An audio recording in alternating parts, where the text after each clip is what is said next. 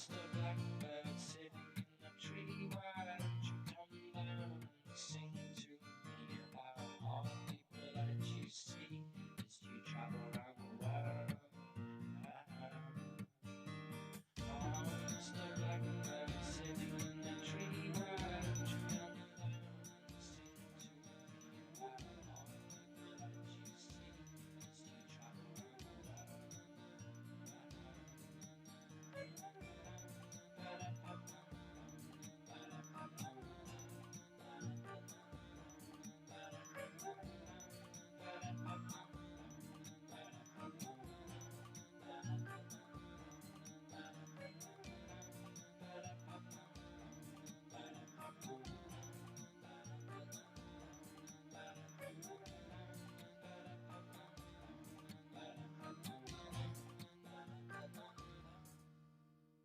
Oh, Mr. Blackbird sitting in the tree, why don't you come down and sing to me about all the people that you see as you travel around the world? Oh, Mr. Blackbird sitting in the tree, why don't you come down and sing to me about all the people that you see as you travel around the world? Oh, Mr. Blackbird sitting in the tree, why don't you come down and sing to me about all the people that you see as you travel around the world?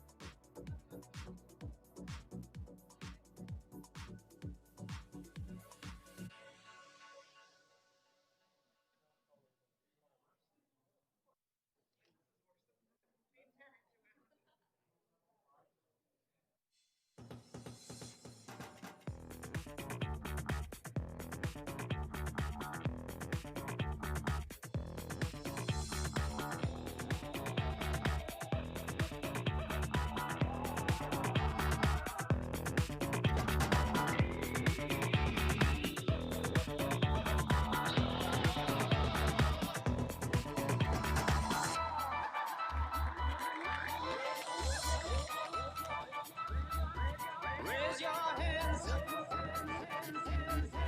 Raise your hands.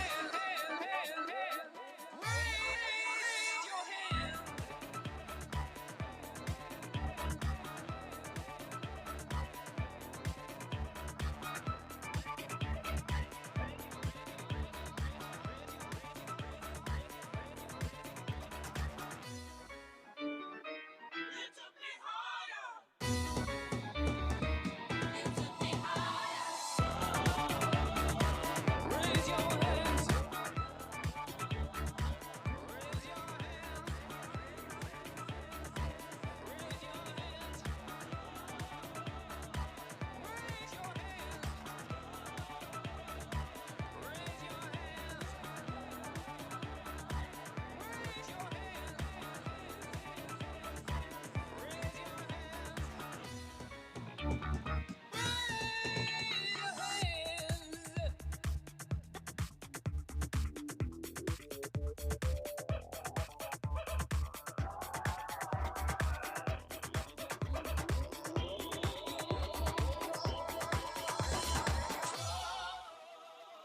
Raise your hands. Raise your hands.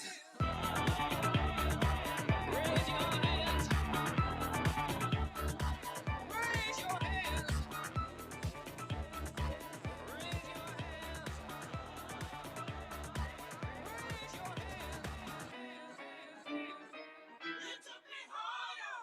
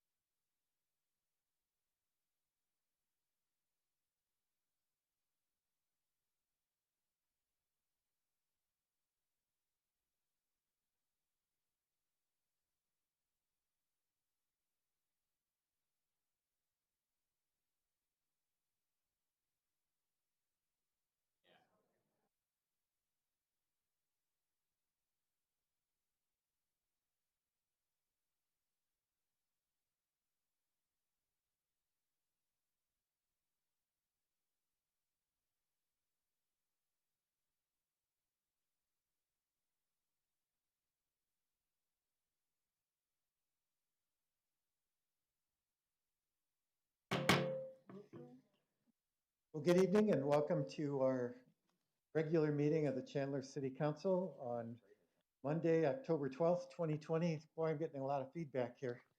Usually I get feedback from out there, not from here.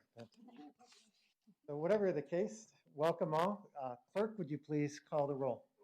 Mayor Hartke. Here. Mayor Lopez. Here. Councilmember Stewart. Here. Councilmember McClymans. Here. Councilmember Wong. Here. Councilmember Rowe. Here. Councilmember Orlando. Here. We have a quorum. Thank you, City Clerk. We're redoing and have just completed a redo of the sound system, so there's some calibration still involved. So pardon our mess, so to say. Our invocation will be offered by Pastor Tom Wiggins, Mount Olive Missionary Baptist Church. Is Pastor Wiggins here? There, hello, sir. And our Pledge of Allegiance by Councilmember Matt Orlando tonight. Pastor.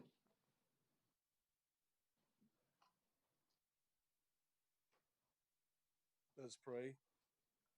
Eternal God, we just come today to thank you that you've allowed this day to be, and everything that has transpired thus far. We pray your presence to be in this assembly. We pray that the plans and the purpose of us gathering today will be fulfilled. We pray, Lord, that when it's said and done, we leave with joy and in peace and in unity. And we thank you and we give you praise. In Jesus' name, amen. Amen. Please join me.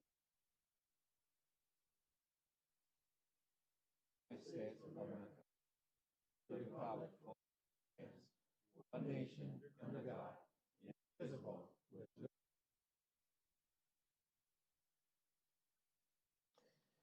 Thank you, Pastor. Thank you, Council Member. Council, we have a consent agenda before us, final adoptions, and a few other items. What is your pleasure this evening? Mayor. Council Member. Thank you, Mayor. I move that we approve the consent, the regular meeting consent agenda dated October 12th, 2020, items 1 through 5. And one other thing, Mayor, since I was not at the special meeting, I was an excused absence. I will not be voting on that since I can't validate those meetings. Okay. Second. All right, we have a, just a quick clarification, there's no issue with Councilmember Orlando making a motion without his being there? Mayor, yeah, there's no Great. concern about that. Just covering your back, sir. Got you, sir. Appreciate it. All right, so Council, we have a motion and a second. Please vote.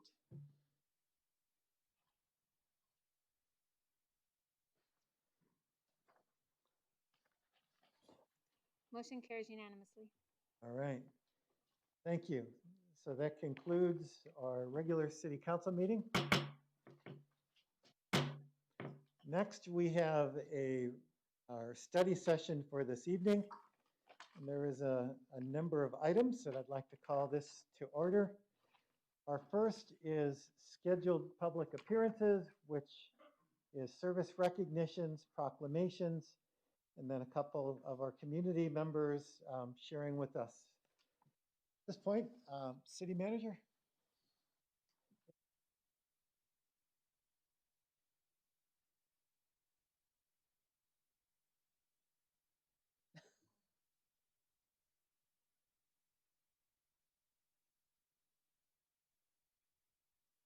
Thank you, Mayor. In the absence of our communications director this evening, Corey Garcia, our mayor and communication manager, is going to make the first presentation for CAPA.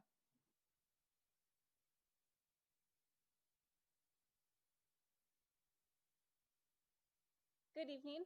On behalf of our director, Matthew Burdick, I'd like to call up Jennifer Honey to recognize her for her 20 years of service. Jennifer Honey publicizes news, events, and programs to Chandler residents and employees, plus produces Cityscope, the monthly newsletter that accompanies utility bills, and Quick Look, our employee newsletter. She manages content for the internal website and has served as a critical role to keep employees informed during COVID-19. She is integral to the success of city programs and serves on citywide committees to support marketing, engagement, and communication activities. Jennifer managed the print, mail, and graphics division of our department for more than 10 years, overseeing the city's print production, mail distribution, and graphic design services. Jennifer's passion for Team Chandler and customer service comes through on every project. She has outstanding interpersonal skills and relates to people from all walks of life. Her can-do attitude, great relationships, and excellent communication skills benefit the city. Thank you, Jennifer, for 20 years of dedicated service to Team Chandler and our community. Congratulations.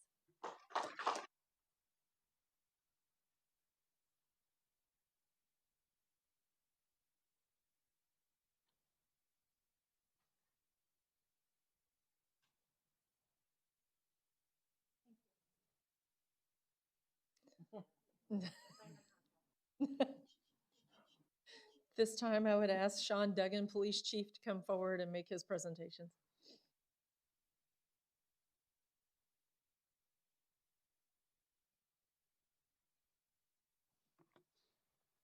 Good evening, Mayor, members of council.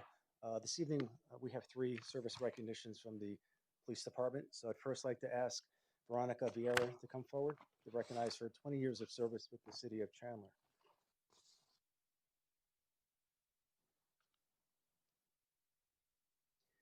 So 20 years ago, Veronica started her career with the city working in the prosecutor's office as a law clerk and then promoted to legal secretary.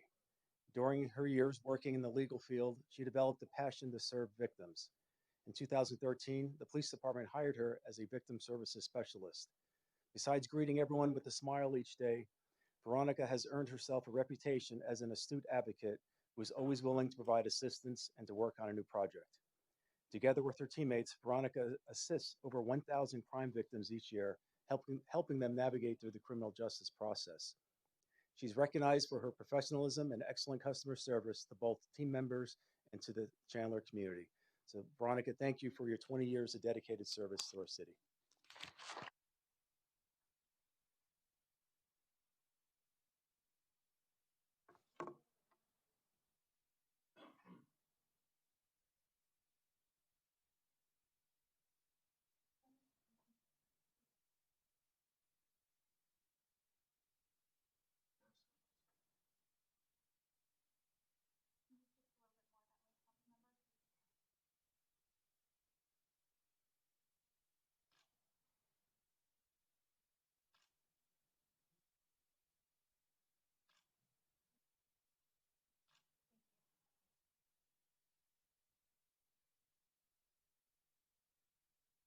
I'd like to now ask Beth Medrano to come forward.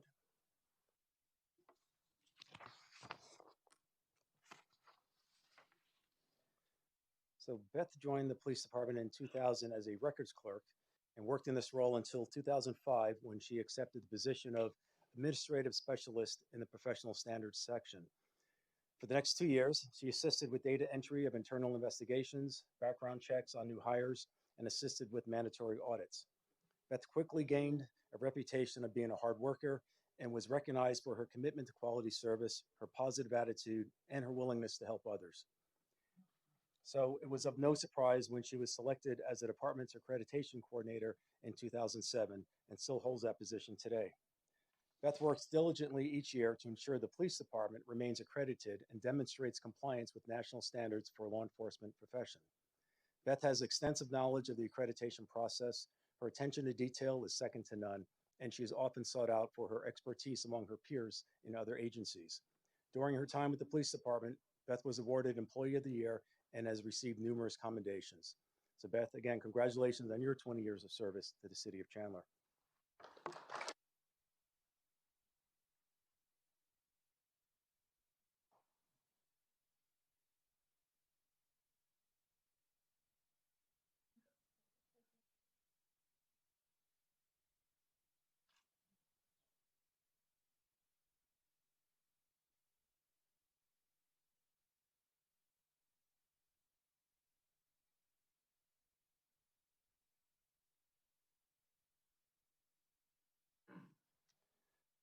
I would now like to ask Sergeant Jesus Chuy Deander to come forward to recognize his 25 years of service with the city.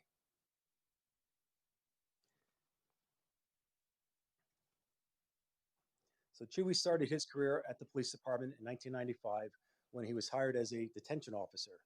He then moved to the communications section where he served as a dispatcher for 3 years before being hired as a police officer in 1999. And after basic training, Chuy worked in patrol where he developed a reputation as a dedicated and talented officer. His hard work paid off when he was selected to become a detective in the narcotics unit, then the criminal apprehension unit, as well as multiple federal task forces. In 2013, Chuy was promoted to the rank of sergeant and returned to uniform to lead a squad of patrol officers. He returned to detectives in 2014 as the gang unit sergeant, where he remained until 2018 when he was selected to his current assignment as the supervisor of the narcotics unit. And over the past 25 years, Chuy has committed himself to the profession of policing. He is a proven leader who has earned the trust and respect of his coworkers, his subordinates, and his supervisors. So Chewy, thank you for 25 years of exceptional service to our city. Congratulations.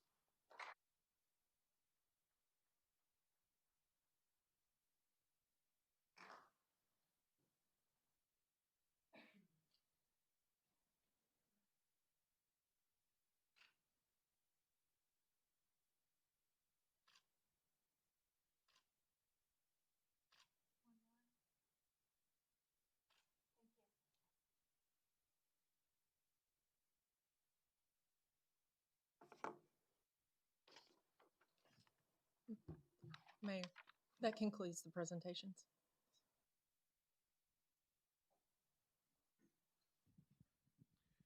Next, we have a proclamation for Disabilities Employment Awareness Month. I'd like to invite Colette Prather from our Mayor's Committee for People with Disability and Jeff Deaver to join me, please.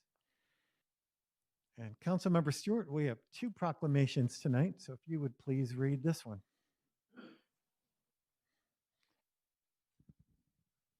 Thank you, Mayor. How you doing? Good to see y'all.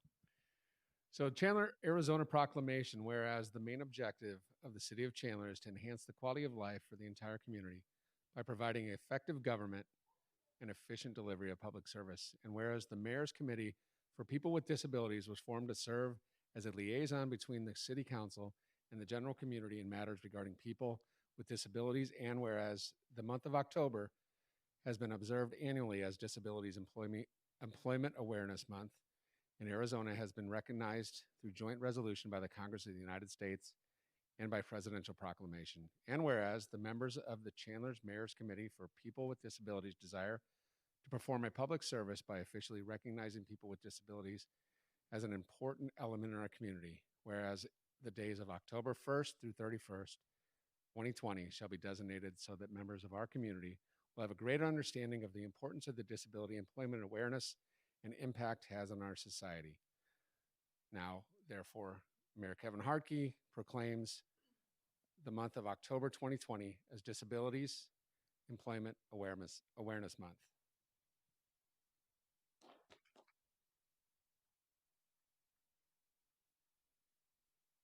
Would either of you like to say any words? Never turned down an opportunity to have the microphone. Normally, we would actually recognize an employer and or an employee tonight at this, but it's a weird year. But I will put a plug in for this. Next month, November 13th, which is a Friday, we will be doing our annual Chandler Golf Challenge at Bear Creek Golf Course. I thought you and I should social distance. Sorry. And the golf tournament will be a little different this year. This is our 24th year doing it. And so a little different this year, but we're having it. And I would encourage all of you to come out and golf and help support the Mayor's Committee for People with Disabilities. Let's take a picture.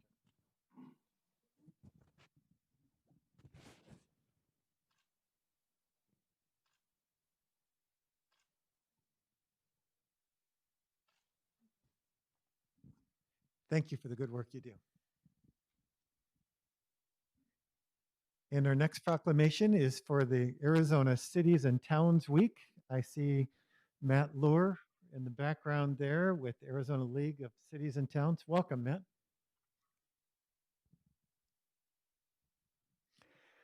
Whereas the citizens of the city of Chandler have come to expect a high quality of life in our community, and whereas cities and towns in Arizona work 24 hours a day, 7 days a week to deliver vital services such as fire, police, and emergency medical response to ensure safe communities.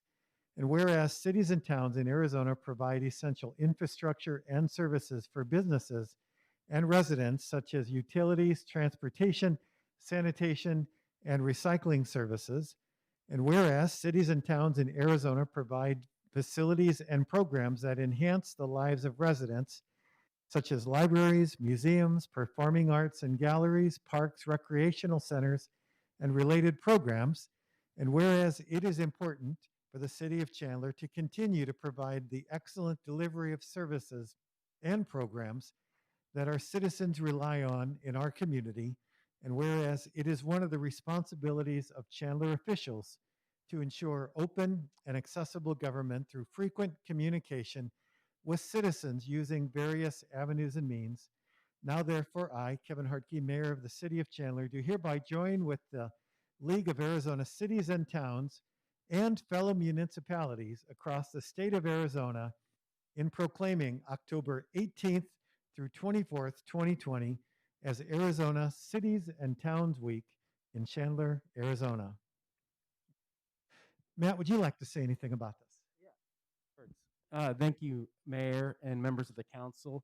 I think the proclamation sums up what Cities and Towns Week is about. It's really to recognize and honor the employees and the elected officials of cities and towns and the work that they do that isn't always recognized. My mask is falling down here.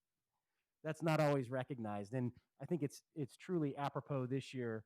Our focus is on what we call city and town heroes, and that's the frontline city and town workers that have been working throughout this year in this very unique year. And I think your recognition of your city employees just a minute ago is an example of that. So thank you very much, Mayor, members of the council, and we really appreciate you joining the other 90 cities and towns for Cities and Towns Week.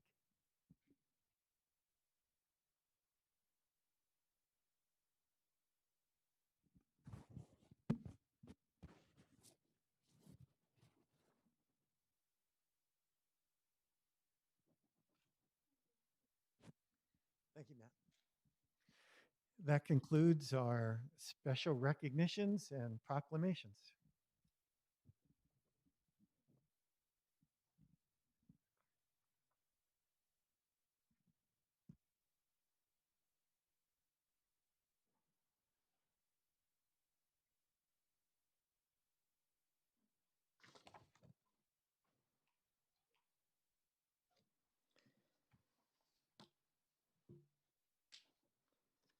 Council, next we have scheduled appearances by Scott Brown and Kari Wagner regarding small wireless facilities located in the Festiva Court, Kempton Crossing subdivision. I do have 4 cards here too. So here's what we're going to do. Mr. Brown and Miss Kari Wagner, would you each have 3 minutes if you'd like to individually come up here, state your name and address, whoever is first. I'll let each of you speak for 3 minutes. Then I'm going to read these. And then I'm going to invite Ryan from our city to talk about the small cells, things and processes available to us, as well as the history of how we've treated these. And then council, if there's any conversation that we have with staff, but you will be directing your comments to us and not to staff during this time. So who'd like to go first? Scott or Kari? Come on up, please. If you would come up here and state your name and address for the record. Yes, ma'am. And there's a light there. When it turns yellow, you have 30 seconds left. Okay, my name is Kari Wagner.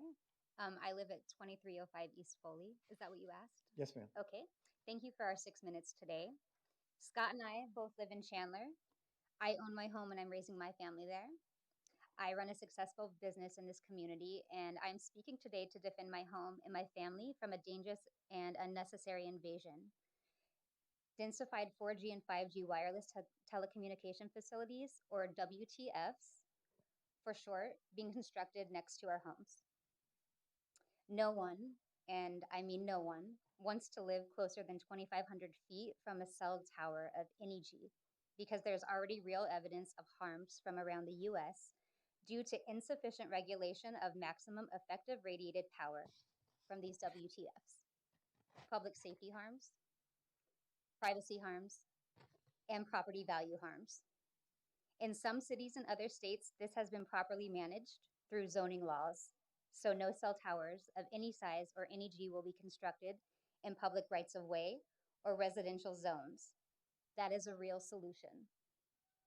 But thanks to a ridiculous 2017 Arizona state bill that we're working to repeal, HB 2365, the onus is on you, the City Council, to pass local laws that will actually deliver public safety, regardless of any existing federal or state statutes, regulations, or guidelines. So we have a real problem in Chandler. Our laws are in conflict, and the buck stops with you, our council members, who must deliver public safety.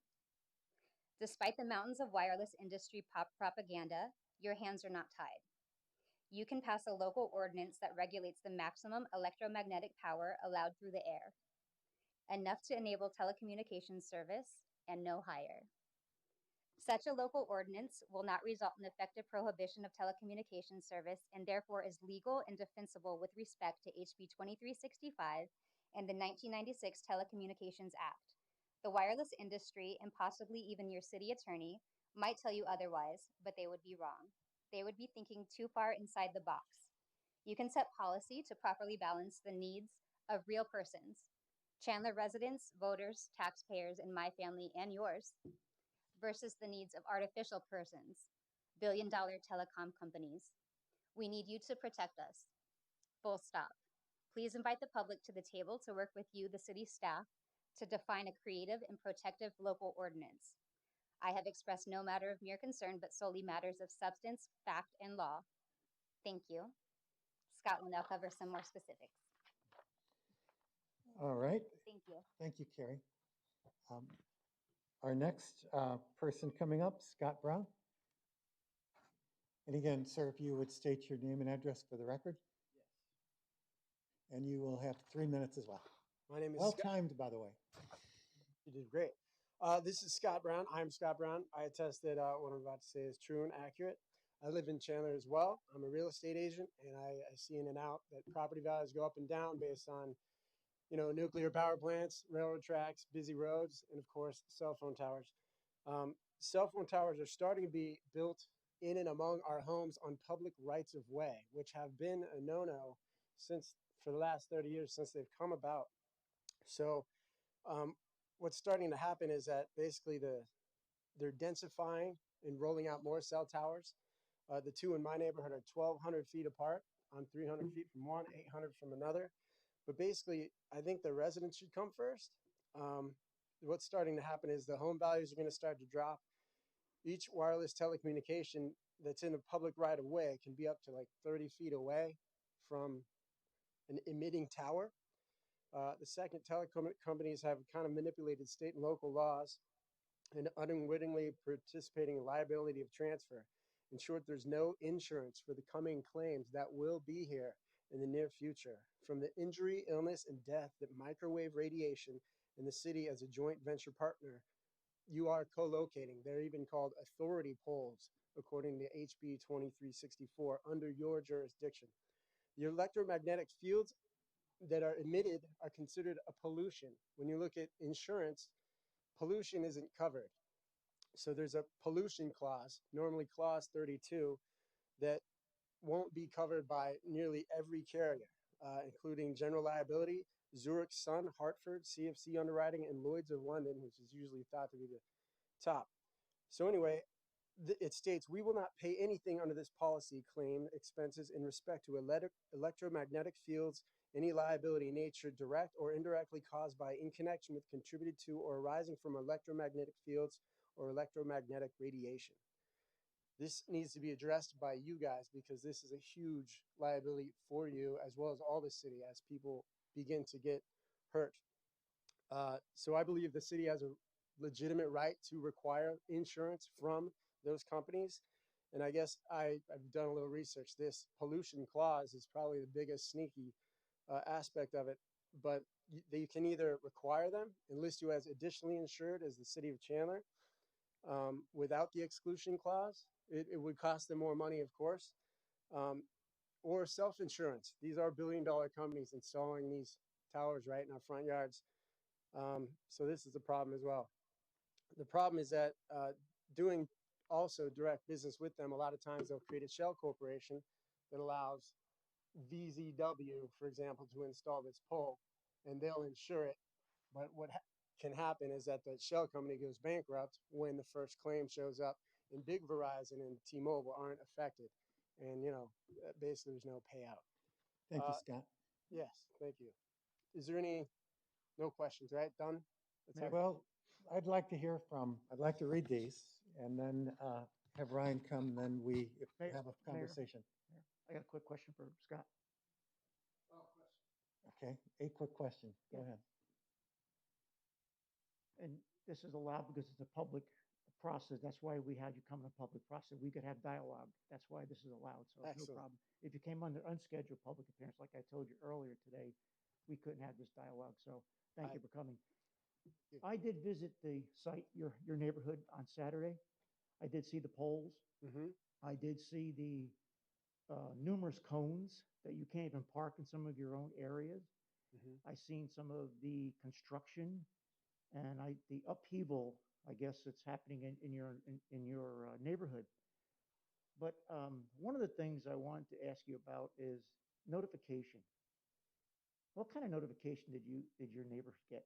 There's no notification. Holes were dug, and I was curious. I saw them for about a week, and I said, I wonder what that is. And eventually a city rep was coming by and looking at the holes, and I said, hey, what are they building? And he said, cell phone towers. Bill Calber, I think. I don't know if you're familiar with him, but so that was my first notice, and so that kind of concerned me because I live there, and I'm also concerned about my property value as well as the radiation aspect.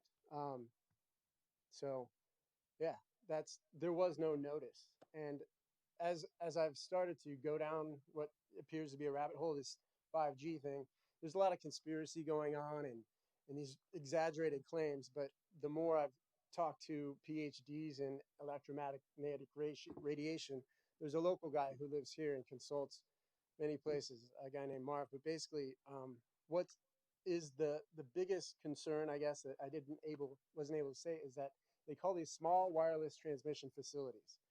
And that sounds like, oh, well, it's kind of like a little mini Wi-Fi router that would be in your own house. That's not that bad.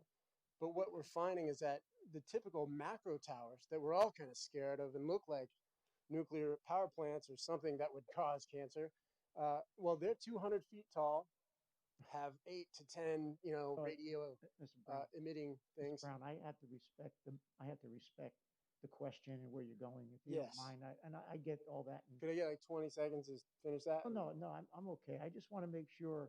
So you're telling me, and you live the closest to the poles, correct? I'm not the closest. No, there are neighbors who are. So your neighbors that live closest to the poles, did they get notification? No. So they just showed up one day and, like I said, started digging holes and putting cones all over. And yeah, they dug holes. There was one aspect. There's many construction aspects that I'm learning about, but basically the fiber optics installers, if they're digging into your yard, they got a door hanger that just said, "Hey, we're going to do some construction. If you have questions, call me." And those were all the little marked areas where they actually dug on some of the properties? Yeah, well, they've started the digging today, with the last several days, I guess, and I think it's going to continue on. And does it go past on your property? Yeah, beyond sidewalks. Yeah, that's what I'm saying, just beyond the sidewalk. So it's actually on some of your property. Yes. Like your lawns. I saw the orange chalk, whatever it was, the painting on some of the lawns down there. So they're not even staying in the right of way, and that's why I want to make sure I'm clear here. I'll ask this question with staff, but I want to make sure what I saw that day is I saw there's chalk marks or paint marks along lawns and beyond the sidewalk and beyond the streets. Yeah. I mean, my understanding of public rights of way don't necessarily end at the sidewalk, although that is a nice visual where a fence post usually indicates a property line, but public rights of way do extend up to 10 feet into guarded areas where someone might be watering grass and have trees. So they're going to dig that up and then replace it the way it is? They have to return it completely to as if they've never been there. Okay. Is my understanding. All right. Thank you. I appreciate it. Do you mind if I finish that one point I was making a little bit? And that was just this, that these large cell phone towers that are considered macro towers emit a little more radiation, but because they're 200 feet tall, there's a dissipation of power that happens by the time it reaches my house or your house. So our cell phones work. With these small ones, they're not. They're pretty much just as strong, and they don't they're lower to the ground now. And so someone in a second story building as close as 12 feet away will get literally a million times more radiation. And I know that's a big number, but that's a literal actual number that I would love to quote. If you have further questions, I'd love to get Marv or some experts. I guess ultimately, so I stop being long-winded, is I'd like to motion or urge you guys to motion up some sort of convene a council or a committee where not just me, I'm a real estate guy, but we need some people who are kind of more familiar with radio frequencies and electromagnetic radiation so we can come together. It's a true concern for every one of us. If you live in Ocotillo in a $10 million house, Scott? they're going to put it Yeah, there too. yeah, we, All right. Sorry, I've been long-winded. Thank you. All right. you made me look bad, Scott. That's all right. I'm just kidding, Scott. Just kidding. I would like to read a couple of the comments from people here and then invite Ryan Peters to come up. So Ashley McClure wrote that she's concerned about property values decrease due to small cell towers. Sherry DeLong writes 5G wireless technology poses threats to our personal privilege, personal security, and personal freedom. This technology will allow smart devices used in homes to be equipped with wireless transceivers that will communicate with 5G grid. This not only will expose us to those radiation, but also allow, a lot of writing on the back, companies to mine our data without consent, other entities. The implications to personal freedom, privacy, safety are dire. Capping the power on small cell wireless facilities will inhibit ability to irradiate us as their ability to mine our data, compromise privacy. Encourage use to use authority in our operations and power, cap the maximum ERP at providing 85 decibel milliwatts of signal strength for stated desired radius, no higher, policed by a fuse for new facilities, denial applications for sensitive locations that are incomplete, unneeded, or lack NEPA review. Third one, Lenore Brown, heart conditions, concerned about heart conditions regarding 5G installations. Lastly, Benjamin Benulis, apologize if I mispronounced that. 5G wireless deploys xenobiotic pulse modulated microwave radiation harmful to human health. I ask it that those create a new wireless ordinance that limits radiation from towers, rejects all permit applications that are incomplete or erroneous. So Ryan, I'd like to invite you to come up. I know you're going to talk about the history of how we got here, as well as address any of the comments so stated. Ryan Peters. All right, I'll do my best, Mayor. Thank you.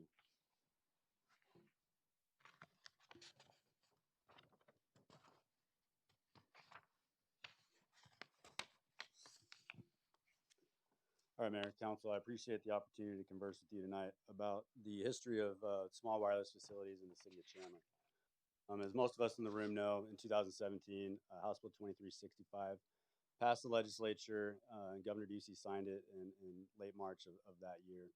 It's also worth noting that the legislature passed it out with almost unanimous support. There's only one no vote on the bill as it made its way through the process, and that's through the work that the cities did to fight for what rights we were allowed to fight for, and the collaboration with the wireless industry to recognize that balance that we needed to find in order to accommodate additional infrastructure opportunities, but also, protect where we are allowed to protect and not bounded by federal law.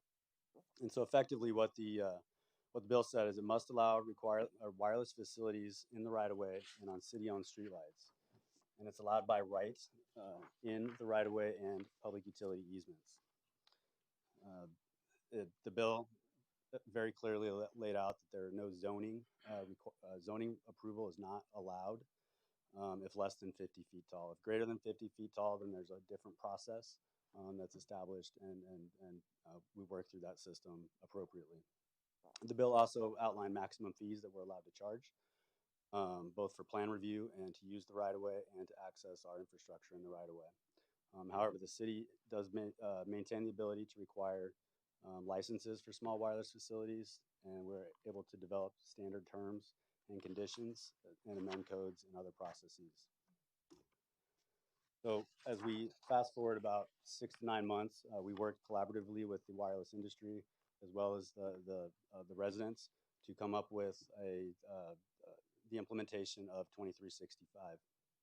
We met in council work session to receive guidance and ultimately presented to the city council for adoption in December of 2017 standard ordinance number 4778, which adopted the standard terms and conditions as well as a technical design manual.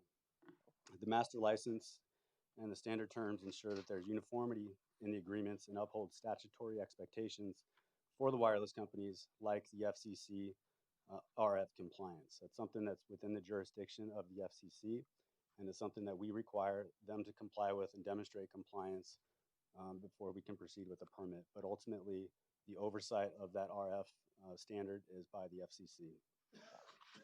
We do have local requirements in there, such as insurance and letter of credit and other items.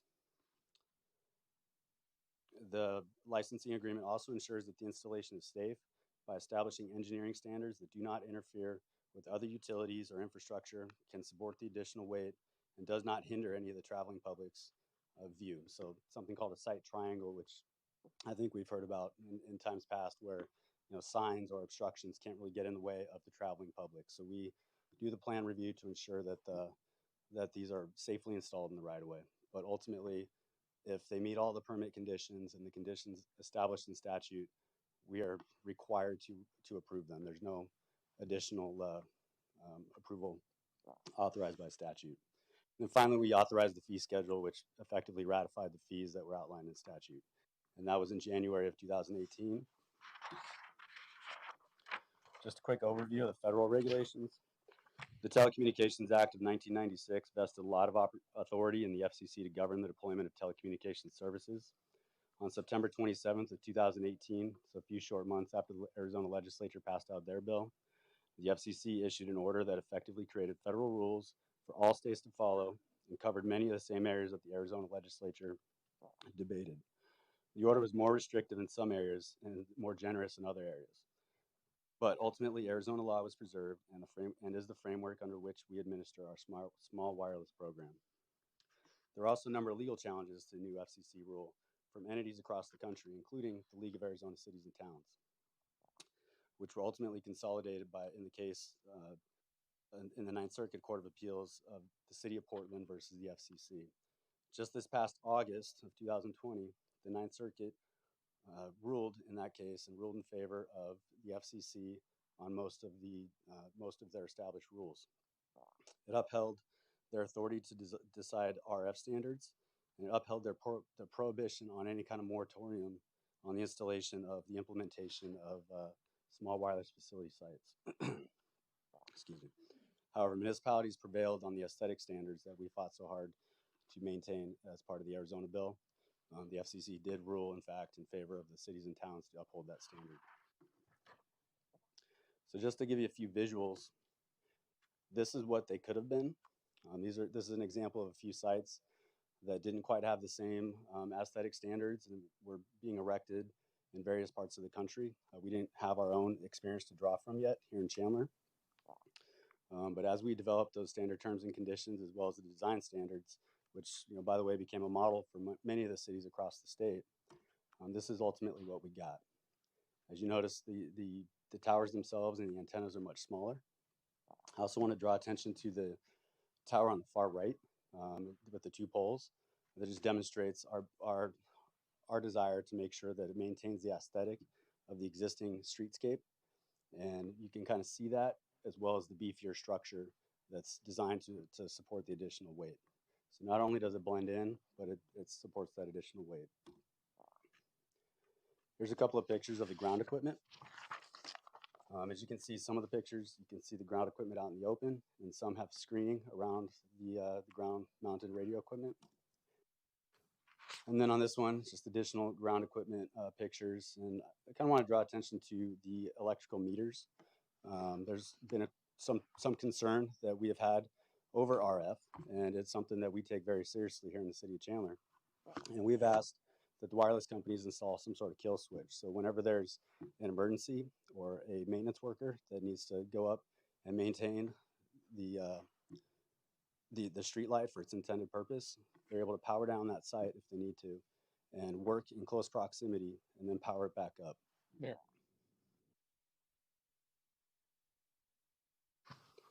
And then in the case of emergency responders, if there's a down pole or something, there's the opportunity to jump into the kill switch and just kill the power and respond to the scene. And then the company will respond afterwards and restore the property. This is a snapshot of where they're currently located in the city of Chandler. There's approximately 130, if I recall, sites that are erected. And as you can tell, they're mostly in the denser areas. This likely follows a trend of where there may be coverage gaps or a higher demand from some of the customers on providing that service to these areas. So just a quick overview of the permitting and construction process.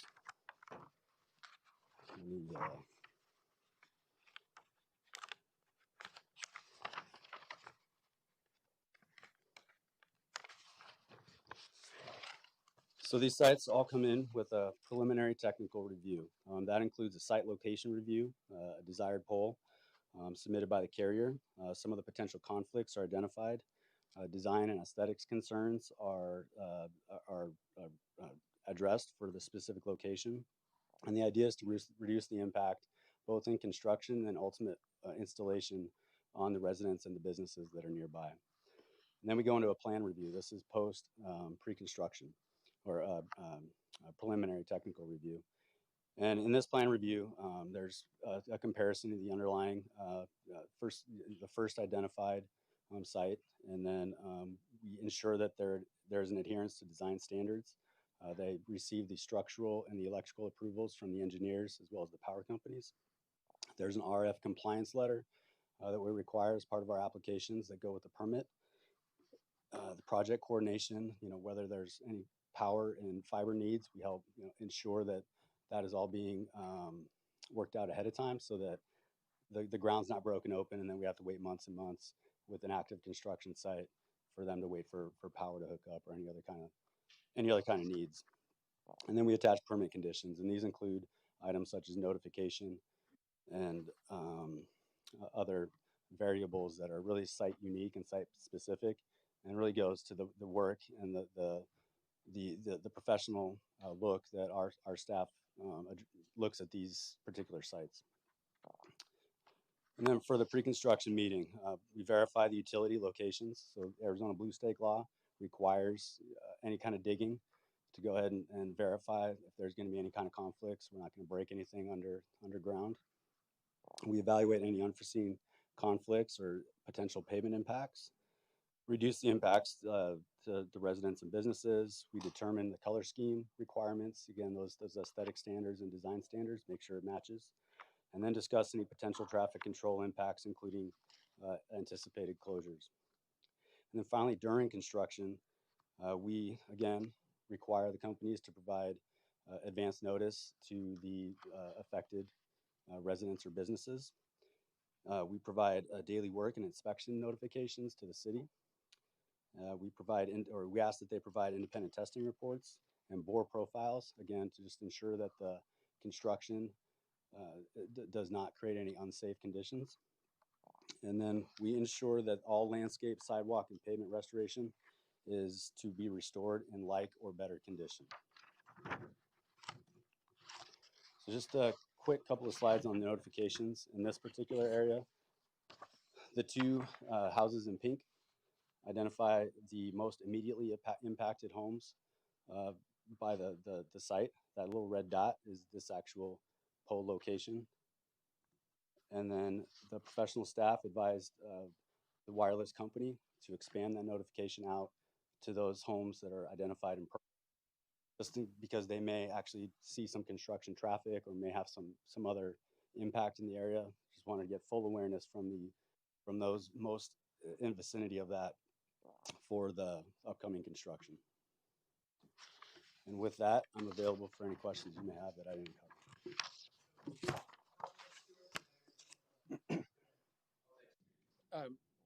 Ryan, thanks for that detailed information. Why are we asking for a kill switch? Mayor, Councilmember Stewart, the kill switch is the opportunity for us to cut power.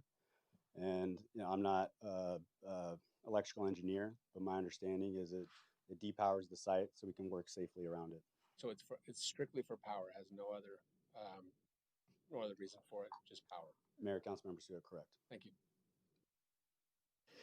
So Ryan, this is, again, I'm just bouncing from what I heard from our residents and some of the comments. So this is able to be done on right of way, and as Mr. Brown said, right of way does extend. So we're not actually installing these on private property, though obviously right of way extends past the sidewalks, and but this is predetermined, and so that is true, right? First of all, we would never put these on, or never allow these on private property Mayor, without the permit of the person. Mayor, that's correct. The private property requires a whole different process, and there are public utility easements that are actually approved as part of the underlying property rights. And so the state statute did authorize anything within the right-of-way or the public utility easements to be accessed by the wireless providers. Secondly, it looked like the announcements that were offered, the two pink, the four purples.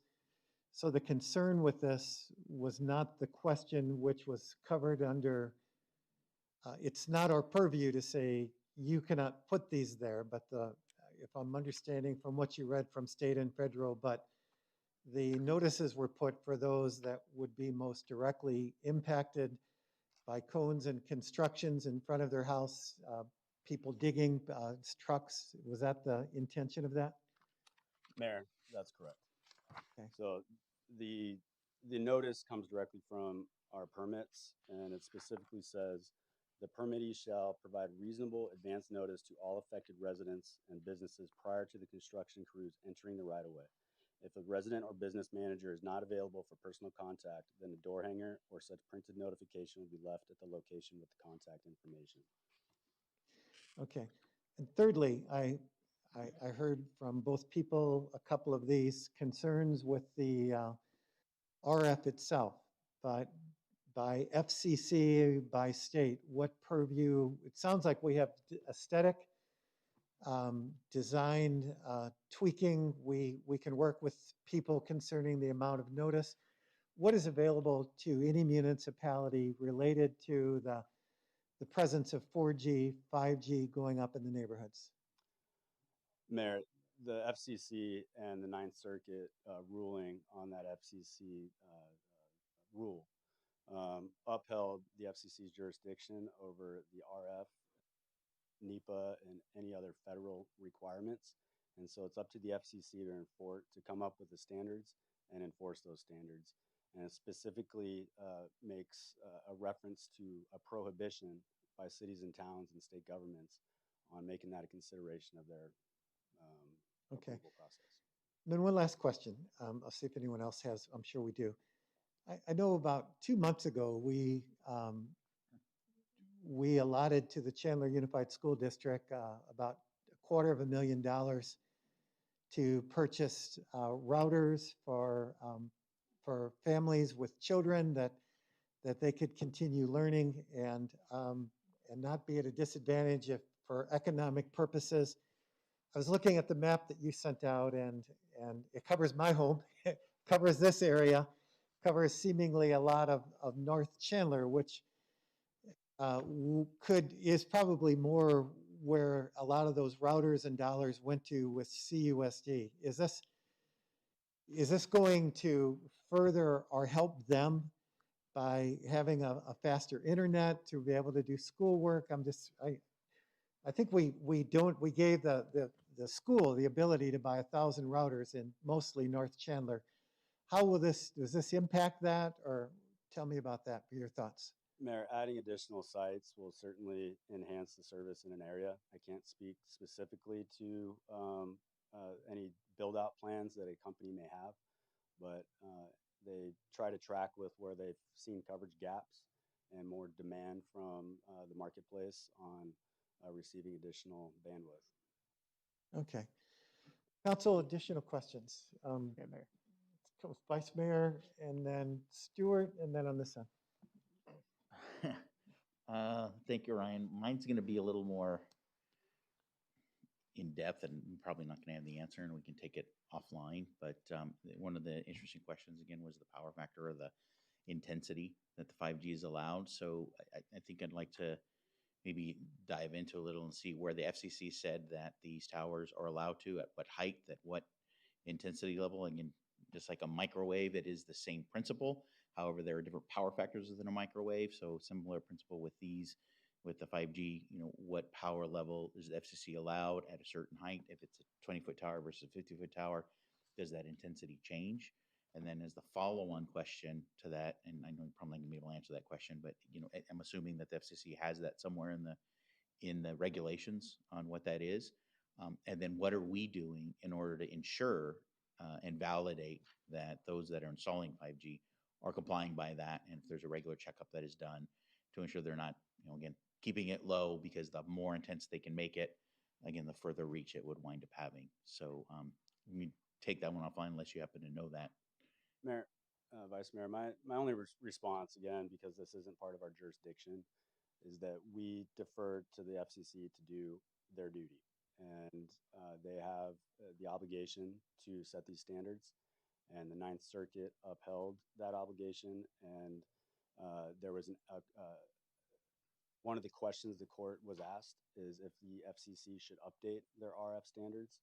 And the court went ahead and deferred and said the FCC is managing this appropriately. It's well within their jurisdiction. They did not comment on the levels themselves, again, because it's not the judiciary's jurisdiction, but they did defer to the FCC to come up with those standards. And so to answer your question about enforcement, we asked for a certification letter per state statute and what we're authorized to do.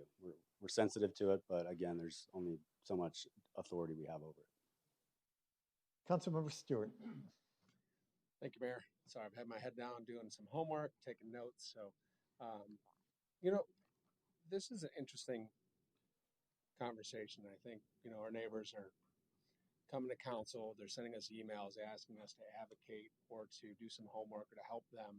They don't necessarily have the resources to find out the information, or maybe they do.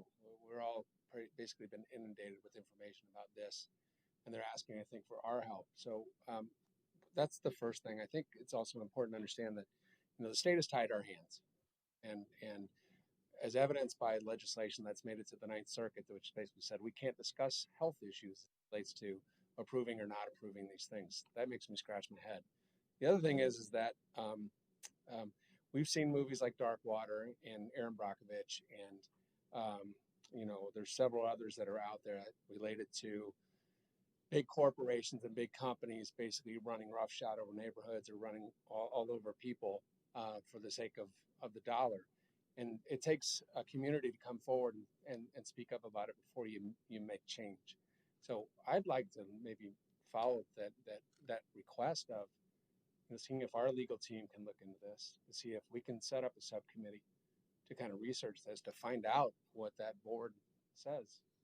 If it's like factual, and really get some good data on this and support our neighbors before we get too far along with this. I'm all for being a community of innovation and making sure we have fast internet and we can help our kids and we can do all the things that we need to do as a fast moving city. And if we can find information that says these things are fine, then great. If not, then we need to probably support our community and dig into this a little bit deeper.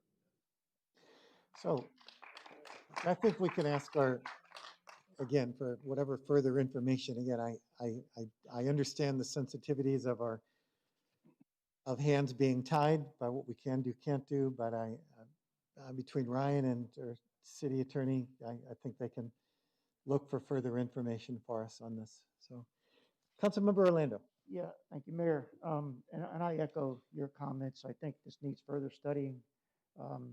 I think more data is being developed. I had several emails this morning from an individual that spoke at the Scottsdale City Council and was able to prove, at least in her mind, that they were not abiding by the admittance that they said they were going to do on their transmission. So my question to staff is, how do we verify that? How do we verify that they are living up to that admission? Mayor, council member, the verification is within the jurisdiction of the FCC. But, I- but that's- we, I have to leave it at what's that. our, let me backtrack. Let's backtrack a little bit. They want a permit, which by this process, we're only charging $50. That's probably the cheapest permit I've ever seen in this city in my 19 years on this council. That's pretty darn cheap.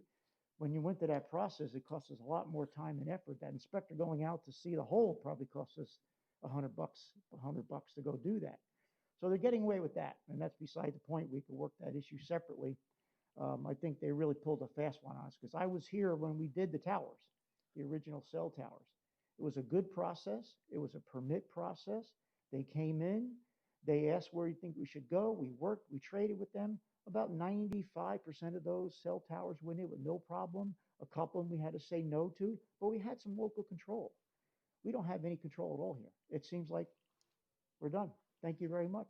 And by the way, we're going to cost you money, city, because it's cost you more to inspect this and put the permit process and all the paperwork that goes with it. Okay, I don't want to get into it. I'm going to go to rabbit hole. But here's this notification. Does it have the Verizon letterhead, or is it, whose letterhead is it, or whose hanger is it? Is it a city logo on this thing, or is it just from the company? Mayor, council member, my understanding is it's the incumbent on the wireless provider or the contractor who's doing work on behalf of the provider to provide the notice with all the information on there. Does it have the city logo on it? It's not a notification. It's not our notification. But We're not the ones doing the construction. My question is this. I'm a resident. I see the city logo of Chandler on a thing. I say, okay, the city's doing something. I think nothing of it. 2 days later, I see a hole, and gee, it's a 5G tower. I would be concerned too. So I ask you to go investigate that. And let's find out how the notification is being done. If you have that answer right here, I want to know what's on that notification. And I want to know if they're getting positive feedback, if they're getting, because we get 1 or 2 phone calls, but that's it. I'm concerned about that. I don't know who lives in that 2 or 3 houses that got the notification or not. I don't know. But I'm concerned about that. We need to do our due diligence and say, let's take a look at the process. And I really like to capture the cost of this thing, because we got to go back to our legislators and telling us, you put this mandate on us, and now you're costing us more money to put this pole in, and they're making the money, not us. And then who's maintaining these poles? The service provider? Mayor, council member, that's correct. So this pole that was put in there just recently, was that pole there before? They just replaced it? Or is it a brand new pole? Mayor, council member, in most cases in Chandler, they're going to be brand new poles because the underlying pole doesn't have the structural integrity. Agreed. So aesthetics, that one picture you showed, you have a standing pole right there, and you put a second one. Isn't that aesthetics issue? Mayor, council member, I may have failed to mention that second pole comes down. Okay. They have to keep the Fair light in enough. there for traffic, and Fair then the enough. second pole, once the new pole is operational and serving its function, the second one comes down. And this pole looks smaller than our normal poles. Did we validate that this pole is shorter, that they put in by the mailbox? And Brian, I'm only asking these questions. We can get all these questions answered, but these are a lot of questions that I just visited the site for 5 minutes, and I said, wow, that pole looks shorter than our normal streetlight poles. Mayor, council member, there may have been some design conditions. It may have been a like for like pole. I think that's the expectation of staff, is that you replace the pole with a similar pole. Well, and you don't go too high, you don't go too low. Obviously, we have a sensitivity on those radio antennas, but then also there's a height limit that is required, and we don't necessarily want these things towering over throughout the city. And again, it's case by case. And maybe that's a good idea to tower over the city, because like the gentleman said earlier, it's not beaming into the second floor. Again, I don't want to get into the health history because I'm not a doctor up here, but I do know there is ample data out there that says there's potential here. And I came from the cellular industry. So there is ample data out there that says this could affect some folks. There's ample data out there that says no, it doesn't. But again, let me just go to the permit process here. When these companies come in, do they give you a master plan? Or do they just say, I'm going to come in and we're going to do this section of Chandler today? Is it one company come in and then the next come in, or do they coordinate it all? Or are there going to be 3 separate polls? Mayor, council member, my understanding is it's case by case. Sometimes the ultimate goal of industry would be to do a mass application, but because the conditions of each permit are going to be different, we have not been able to facilitate a mass application. And each one requires a lot of staff work to validate, to ensure that the underground conditions are safe, and then work through the design process. And so a dump of 10, I forget, I think the statute authorized up to 25, I believe. It may have been less at the same time. That doesn't work from a staff processing standpoint because there are shot clocks that we have to approve things in a certain amount of time. And so there's a lot of front end work that the staff does in order to make sure that everything that's within our jurisdiction, we're able to control and get a good outcome for the residents and provide that balance to the companies. All for $50. We're good.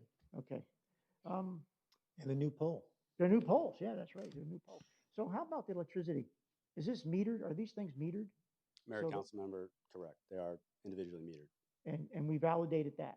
We verified that, right? Mayor, council member, correct. Okay, I just want to make sure of that. So, you know, I'm a little frustrated with you because, like I said, I'm used to a process that was pretty clean. Obviously, the industry didn't like that clean process, so they went in and did an end around on us. And they said, "Thank you very much, Chandler. Thank you very much, Scottsdale, Loyal, great cities, Phoenix.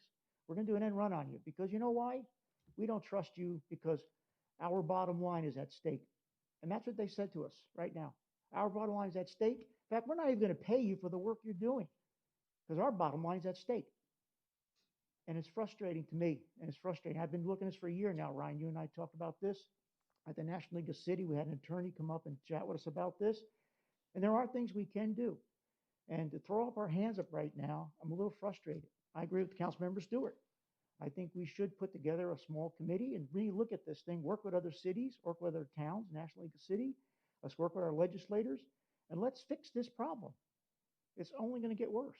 I'm not a health expert. I'm not going to even go into that. I'm looking at the control we have in this community to put these towers up. It's lost. We have no control. We have no control. This aesthetic thing is BS as far as I'm concerned. It was a giveaway at the bottom line so that you could say we gave you something. So I'm inclined to look at this issue. I'm inclined to open it up. I'll be willing to serve on some kind of committee, working with the residents, working with some legal scholars, working for some individuals. And let's see if we give the legislators some good thoughts when they come back in legislation in January to say, this is what we should be doing. And then go to our federal legislators, say, this is what we should be doing because we did study this issue. So anyway, enough of that. So far we have asked, excuse me. So far we have asked for some additional information. We'll see what that leads to in terms of the ability of, is there areas in which we can apply leverage or working with some other cities with this. So Councilmember Rowe. Yeah, thank you, Mayor. I imagine this sounds redundant, but I'm going to get my two takes in here. Brian, thank you for a very good presentation. And thank you for working on this on our behalf, on behalf of the city of Chandler. And I want to commend the citizens that come out and have concerns. And I hope that we will work to try to get them some of the answers that they would like. And those are my statements. Thank you. All right. Council, any additional comments? All right. Thank you. And thank you, residents who are here tonight as well. We're going to move on to our consent agenda here. We have several items that have been called in. First is item number 2, and I'll start, and then Councilmember Orlando has comments too. This has to do with the introduction of ordinance number 4936, Historic Preservation Zoning Code Amendment. In order to preserve properties and districts and sites that represent Chandler's heritage and to encourage civic pride in Chandler's past, our staff has been developing a historic preservation ordinance. And I want to thank those who have been involved with that, both our residents and staff, to make this possible. And over the past several months, staff has worked to incorporate feedback from council, our Planning and Zoning Commission, Architectural Review Committee, and our own neighborhoods. So I do want to thank staff for their diligence in ensuring this ordinance is comprehensive of that feedback and for working to preserve our rich history. I want to thank Derek Horn for your work on this, and you're going to be our what is our historic preservation officer. So more responsibilities, no more pay. Thank you, sir. I do know that this is a passion of yours in terms of looking at the history of a community, and I've seen that come out of you many times. So I want to thank you, and for the changing of named from the Architecture Review Board to Historic Preservation group here. I think that is good. Adding more members to that and more citizens to serve on that, I think is a good move as well. So I support this, and I look forward to us celebrating and continuing to preserve our heritage. Councilmember Orlando. Thank you, Mayor. I appreciate those comments. You kind of echoed a little bit what I wanted to talk about, but this process started about 14 months ago. I knew I was in trouble when I got a call from Dorothy Ruha from the Silk Stocking District. Dorothy's an old-time resident. She's one of our historians. And Martin Sepulveda, who is the president of the Historical Society, to go meet at Dorothy's house to discuss this issue. And before I know it, we went through a really great process. So I want to thank those two individuals, plus all the neighbors that worked on this issue. And of course, you, Derek, you took your own personal time. You even showed up at some of those meetings at their households on your own time. We certainly appreciate that. You went well beyond your call of duty and your service to our community. And you worked well with the neighbors. I was on several of the Zoom meetings with you.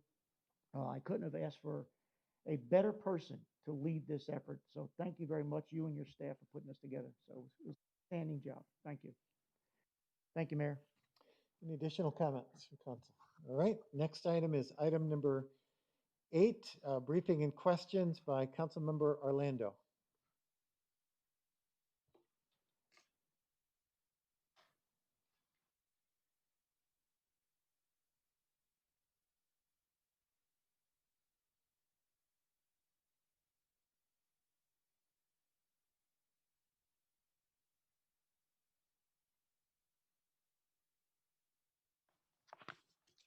Mayor, Council, during the COVID-19 pandemic, the governor's executive order did limit all restaurants to 50% capacity. The resolution that's before you allows those restaurants to have patios in public or private property through a temporary or permanent extension of premise. The resolution also authorizes the city manager or designee to approve application and waive fees for these extension of premises. And it also waives the time limits for temporary sales and promotional events. This program will run through May 31st of 2021. And I'm happy to answer any questions you may have. Yeah, I really appreciate you bringing this forward, City Manager. Makes a lot more sense instead of a piecemeal approach. Again, we want to make sure everything's equitable and everyone has an opportunity to do this. I also want to make sure that they're educated on the boundaries, where they're supposed to be and what they have to comply with. And I'm sure that's a part of this as well. I think I heard you say that. Through the mayor, Councilmember Orlando, John Owens has been working with multiple departments throughout the city to make sure that the application process is very clear on what our expectations are, and that does include making sure that we maintain all the CDC guidelines, and there is a sign off to make sure that they understand what those rules are and that they adhere to them. And I think that's fair for everyone to be involved. And so that's great news. So everyone has it in writing and there's no misinterpretation of what's going to happen. Thank you. Appreciate it. Thanks, Mayor. Council, any additional questions? Councilmember Stewart. Kim, I want to thank you and John for pulling this together. It's an incredible way to provide more opportunity and more liberty for our businesses that have been really hamstrung by this COVID crisis. And the way you guys kind of tackled this initiative, first started talking about it, was phenomenal. So thank you for doing that. I think it's going to be, it is a testament to Chandler leading on things. So thanks very much. And thanks, John. Thank you. It's been a real team effort. All right. Thank you, Kim. Next item was brought forth by me. Again, I wanted to make some comments on item number 10. I've been really pleased with collaboration amongst our community, and this item has to do with working with Maricopa Association of Governments, our Maricopa, our county, to apply some of their COVID-related funds to help with some of our most vulnerable or homeless and others to provide temporary housing. So item 10 is an ongoing partnership. They've already been participating with us with Maricopa County to provide temporary housing for at-risk individuals and families during the pandemic. This utilizes a block of hotel rooms in Chandler. Over 50 households have been sheltered throughout this pandemic. And if approved on Thursday, the partnership will be extended through December 31st, 2020. So I do want to thank and commend our Neighborhood Resource Department for leveraging partnerships to find solutions during this pandemic to keep our at-risk population safe. Seeing no additional comments, next, item number 13, Councilmember Orlando. Thank you, Mayor. By the way, Mayor, I did pare this down today. I was able to get some answers, so we're I heard you went from 5 to 3. Listen, Well that's, done. isn't that great? Yeah. But Ray Lynn, I really want you to speak a few minutes about what the importance of this is, why we're doing this. And then I want to ask you a question. I think when it comes to our firefighters and our public safety and our employees in general, but in particular in this particular call here, it's an important insurance, and I want to at least let the public know what we're doing. Certainly. Thank you, Mayor, Councilmember Orlando. This item is the statutorily required benefits that we provide. So one of those is cancer insurance that we pay for through the public safety retirement system. It's based on our employee count, and we pay a premium, and then that allows those members that are diagnosed with cancer to have a separate benefit through the retirement system with this premium. Yeah. And I know it's for all the employees, but I know the issue has been particularly with firefighters, because how do you prove pre-existing condition? In fact, we had several cities in the valley that had court cases, and I want to make sure we're okay. We're paying out our firefighters and our other employees that claim for this benefit. Certainly, Mayor, Councilmember Orlando. Actually, this benefit is through the public safety retirement system, but I think what you are referring to is the presumptive cancer law that was passed in 2017. Right. So unfortunately, since that has passed, we have had 8 fire employees who have been diagnosed with cancer. Under that bill, we've had 5 employees that have met all the criteria under the presumptive cancer bill, and we have accepted those and covered them all under the workers' compensation program. We had 3 that were not covered under the presumptive cancer bill. So we have a process in place to determine what is called causation. So what happens is those employees are sent to an independent medical exam. And if you remember last year, there was some controversy in some other cities with a certain provider. With those 3 employees, we did become aware that that provider also saw our employees. So we did offer a second and in one case a third independent medical exam to those employees with a different provider. Those were still determined not to be caused or linked to exposure at work. So those were covered under the medical plan as a personal health condition. And that's great news. That's great. As long as they and their families are being taken care of, that's the important thing right here, because they do take care of us. They are our priority. Thank you very much. Thanks, Mayor.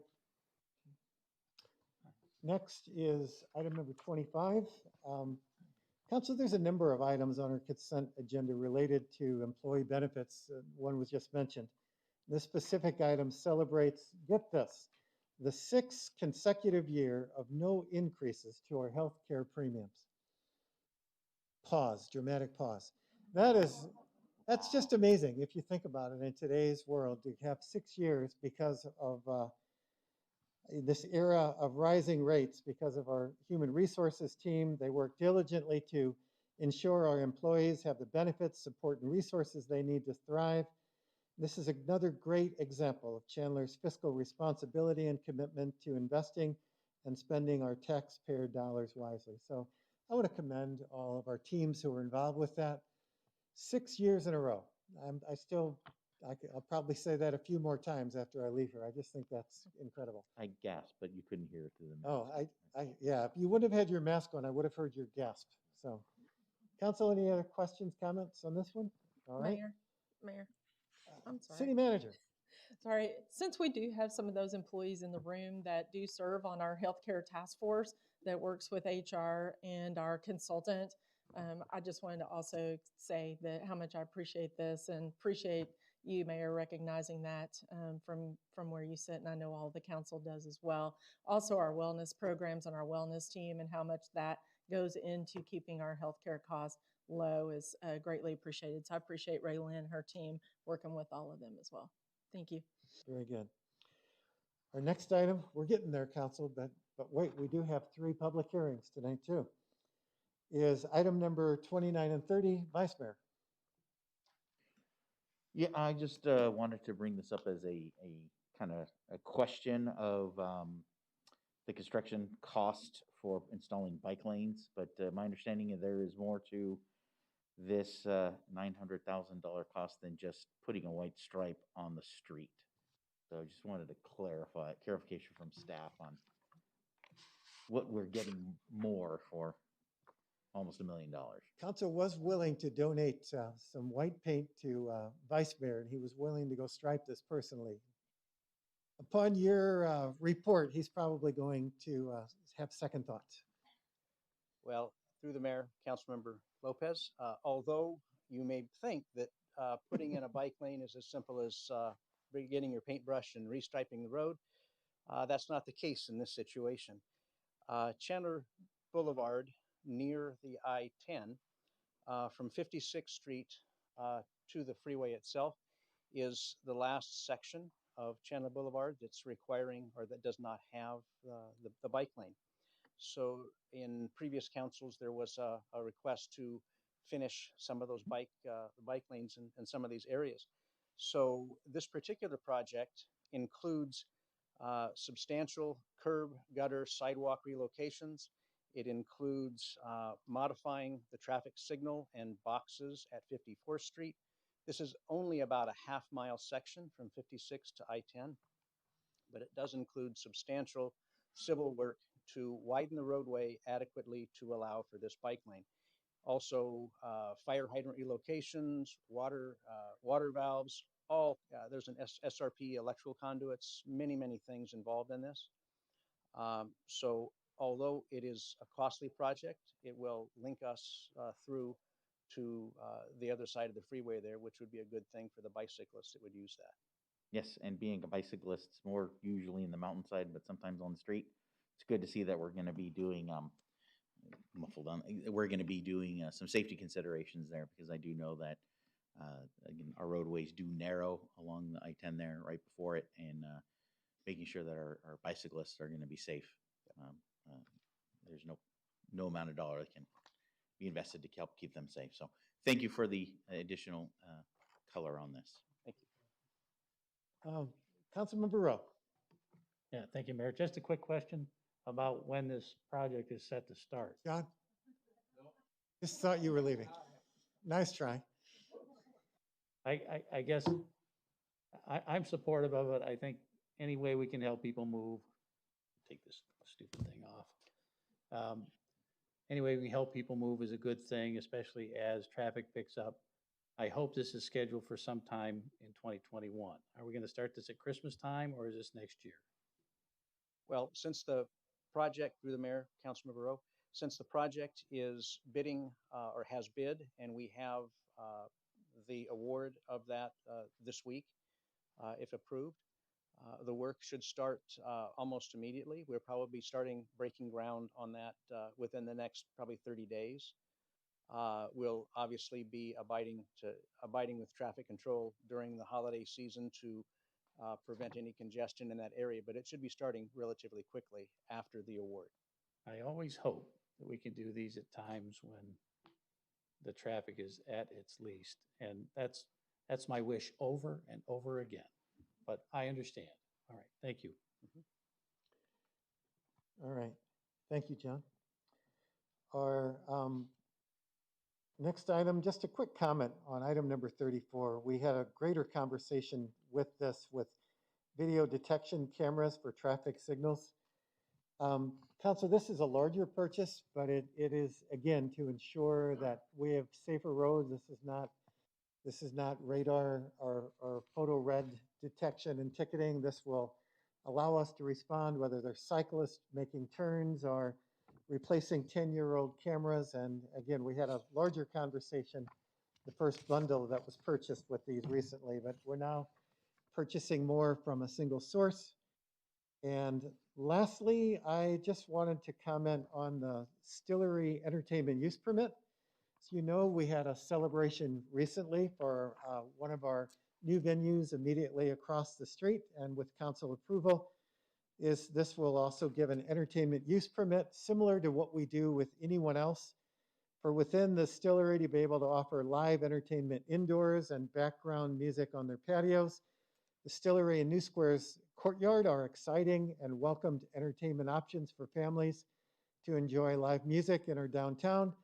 And again, for this and all of our others, a gentle reminder that this is going to be an exciting venue, but under the governor's orders, we still have some safety protocols in place and maximum of people.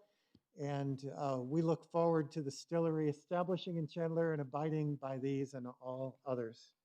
So council, I didn't have any others called in. Is there any other comments before we move on to our public hearings tonight? No, those are Thursday. Very good. So with that, I always get frantic head nodding from the staff over here. All right, and our briefings are on Thursday as well. All right. So with that, that concludes our study session tonight.